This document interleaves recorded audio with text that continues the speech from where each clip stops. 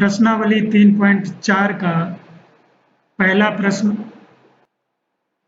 निम्न आव्यूह का व्युत्क्रम यदि उसका अस्तित्व है तो प्रारंभिक रूपांतरण के प्रयोग से ज्ञात कीजिए।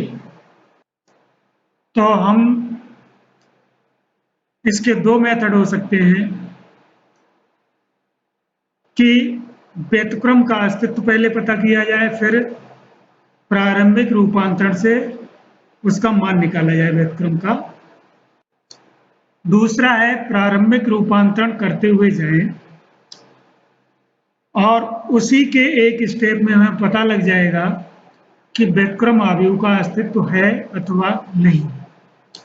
इसके लिए हम क्या करते हैं, प्रारंभिक रूपांतरण दो तरीके का होता है, प्रारंभिक पंक्ति रूपांतरण, प्रारंभ स्तंभ रूपांतरण। तो हम यहाँ पर प्रारंभिक पंक्ति रूपांतरण करेंगे। उसके लिए क्या करना है ये हम देखते हैं।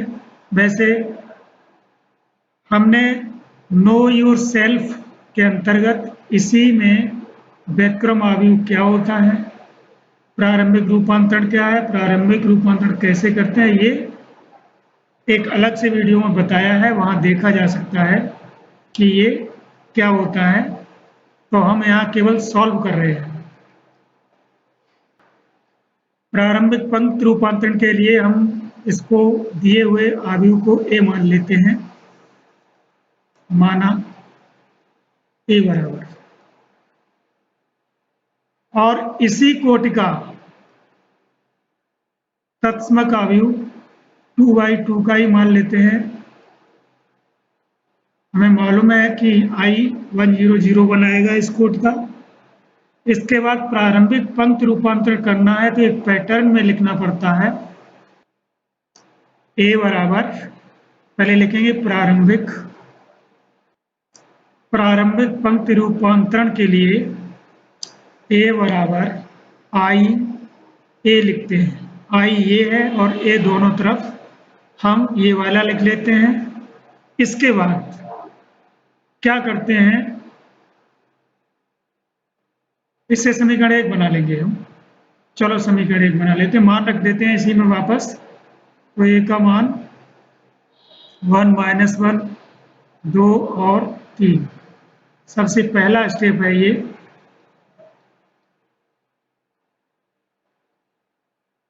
और यहाँ पर इसको ए ही रखते हैं। ध्यान रहे इस तरफ तो हमने ए का मान रखा है, आई का भी रखा है, लेकिन राइट साइड में ए का मान नहीं रखा है, सिर्फ ए रखा है। दोनों ओर हम एक जैसी संक्रिया करेंगे। जैसा कि हमें मालूम है प्रारंभिक पंक्ति रूपांतरण में हम दो पंक्तियों को यानी रोज को उनका स्थान बदल सकते हैं। किसी भी पंक्ति में किसी कांस्टेंट का, किसी संख्या का गुणा कर सकते हैं, भाग कर सकते हैं। और एक पंक्ति में दूसरी पंक्ति जोड़ भी सकते हैं। 3 तरीके के होते हैं प्रारंभिक पंक्ति रूपांतरण। हम तीनों का यूज करके क्या करेंगे कि यहाँ पर ये वाला यहाँ आ जाए, ऐसा कुछ करना है। मतलब यहाँ 1 रहे, यहाँ 0 रहे, यहाँ 0 रहे, यहाँ 1 रहे, ऐसा इधर करके हम लाएंगे और ऐसा ही इधर करेंगे। ऐसा हो जाने पर, अगर ऐसा हो जाता है, तब यहाँ पर जो कुछ आएगा वही हमारा व्युत्क्रम आव्यूह होगा। अगर हम यहाँ इस तरीके से 1 0 0 1 नहीं ला सकते हैं, नहीं आ रहा है, तो समझ लेंगे कि व्युत्क्रम आव्यूह का अस्तित्व नहीं है। तो हमें ये देख करके इसमें संक्रिया करनी है। यहाँ पर 1 आना है या 0 आना है। 0 हम कैसे ला सकते हैं, यहाँ भी 0 लाना है। तो शुरुआत क्या करेंगे, दूसरी रो से पहली रो को घटाएं और 2 का गुणा करके घटाएं। यहाँ पर 2 आ जाए, फिर 2 में से 2 गया 0। मतलब कौन सी रो बदलनी है, दूसरी, यानी R2 बदलना है। जिस रो को बदलना होता है उसे पहले लिखते हैं। कैसे बदलना है ये लिखना है। R2 से हमें घटाना है, कैसे 2r1। अनुमान तो हमने ये लगा लिया कि 2 का इसमें गुणा करेंगे, यहाँ 0 मिल जाएगा, लेकिन गुणा फिर पूरी रो में होता है, तो ये गुणा कर देंगे और घटा भी देंगे। तो देखते हैं क्या आता है। R1 को नहीं बदलना है, R1 को वैसा ही रखना है, R2 को बदलना है केवल। तो 2 माइनस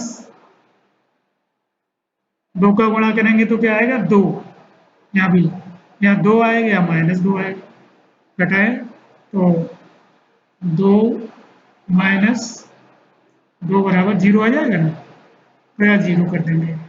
मतलब इसमें 2 का गुणा करें फिर इसमें से घटा के यहाँ पे रखें, तो 2 माइनस 2 0, यहाँ पर भी 2 का गुणा किया तो -2 हो गया।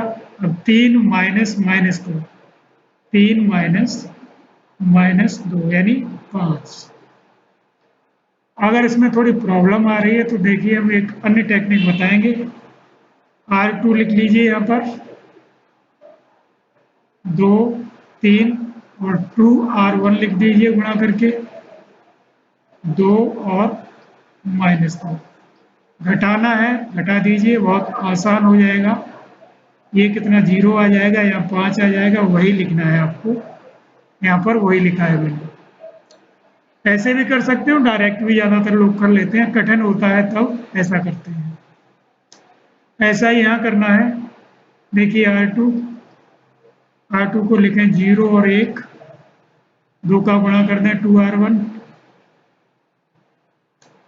2 और 0 घटा देंगे -2 और 1। R1 को नहीं बदलना है, इसको वैसा ही रखना है। ठीक है, अब हम देखते हैं कि यहाँ पर 1 आ जाएगा तो एक रो हमारी कंप्लीट हो जाएगी। R2 जो दिया हुआ है वो ऐसा है, तो यहाँ क्या करेंगे वे, R2 को फिर चेंज करना है। कैसे करना है, 1/5 का गुणा करके।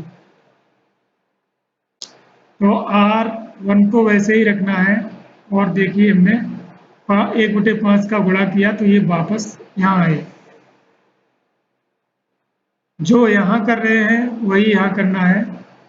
R1 में कुछ नहीं करना है, इसमें 5 का भाग करना है और A को ऐसा ही लिखना है। अब हमें यहाँ 0 मिल जाए बस काम हो जाएगा। इसका मतलब ये हुआ R1 को बदलना है, R1 में सिर्फ R2 जोड़ना है।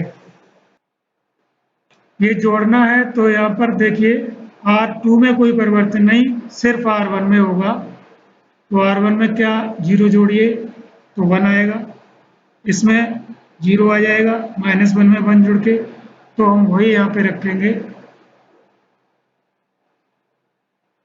0 नहीं, यहाँ तो 1 आएगा, और -1 और 1 जोड़ के यहाँ से 0 आएगा,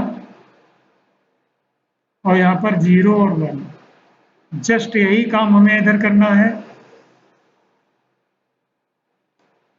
इसको लिखना पड़ेगा इसी तरीके से क्योंकि ये थोड़ा वैसा है, तो यहीं रफ काम कर लेते हैं। R1 हमें कैसे बदलना है, R1 प्लस R2, तो R1 लिखेंगे 1 और 0, R2 लिखना है -2/5 और 1/5 सिर्फ जोड़ना है, तो 1 - 2/5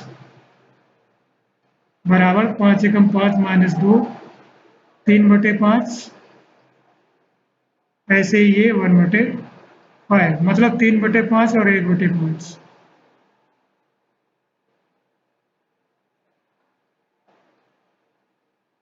बाकी R2 का मान हमें वैसा ही रखना है, -2/5 और 1/5।